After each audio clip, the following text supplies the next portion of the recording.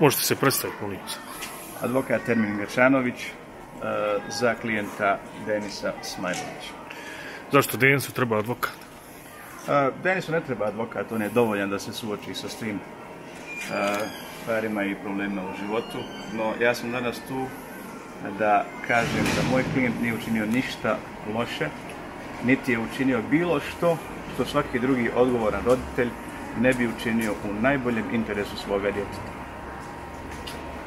Važno je reći sljedeće. Na koncu svega ovoga stoji jedna malodobna Nadine Smajlović protiv nadležnih organa,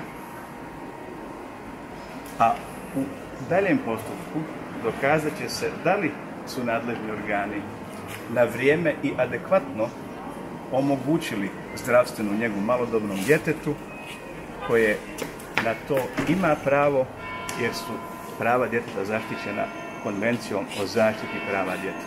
Također, što se tiče medija i javnosti i nadležnih organa, ja savjetujem da moga klijenta niko ne treba zvati kriminalcem i ono što se može očekivati u narednom periodu jeste tužbe protiv onih koji su mom klijentu nanijeli štetu po ugled i čast, a isto tako u nastavku će se utvrditi odgovornost i propust svih koji su imali za odgovornost da malodobnom djetetu pruže adekvatnu i pravovremenu zdravstvenu njegu.